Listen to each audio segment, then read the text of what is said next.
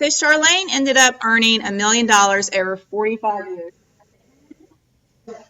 years. $83,000. The bank paid her $83,000 in interest just for leaving her money there. And that's because her interest was compounding. The interest kept getting bigger and bigger and bigger because it kept getting added to the other money. So the magic of compounding is when you save, you earn interest. When you take the interest out and spend it, it stops growing. So that's why with these big accounts, you don't take money out.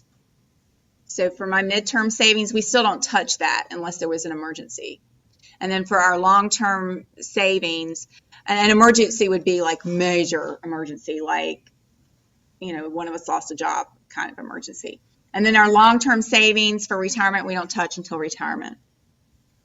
If you leave the interest in your account so it can grow, you start to earn interest on the interest you earned previously. And interest on interest is money you didn't work for. It is money making money for you instead of you having to make the money. Over time, interest on interest can increase your total savings greatly, as we saw with Charlayne. So now let's look at Marcus. So Marcus made a mistake. It's okay. We understand, Marcus. You waited 10 years to start saving, 10 years longer than Charlayne did. It's easy to do. He was probably broke those first 10 years in his job, and he didn't have enough money to put aside. But after 10 years, he got it together and prioritized and said, I'm going to save that $2,080 each year regardless, no matter what happened. And he started saving and made that a priority.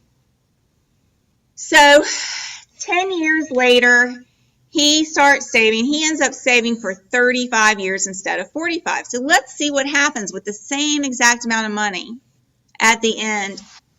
So for him, after 35 years of saving, he has less than half or almost half of what Charlayne ended up saving.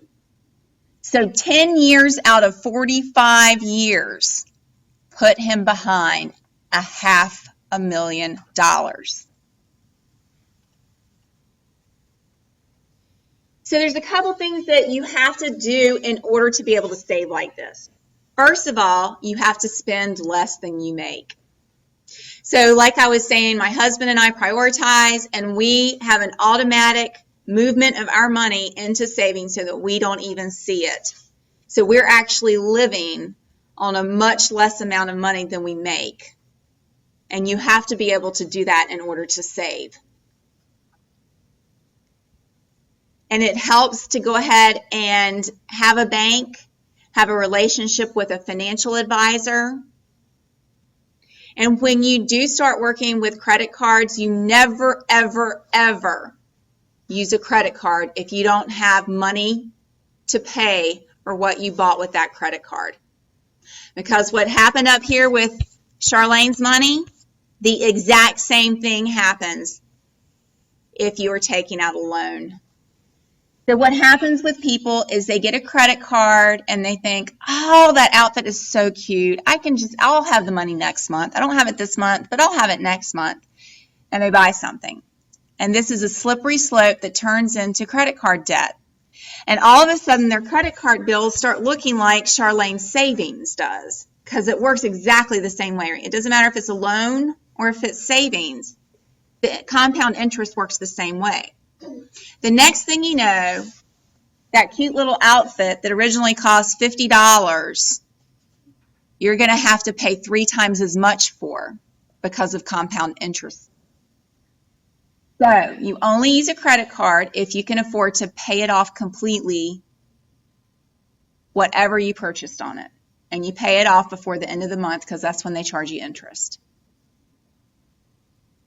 So I actually recommend that you get a credit card while you're living at home and work with your parents, one that they have access to so that they can help you learn how to use it responsibly. So why would we use a credit card then? If you can get in so much trouble for it.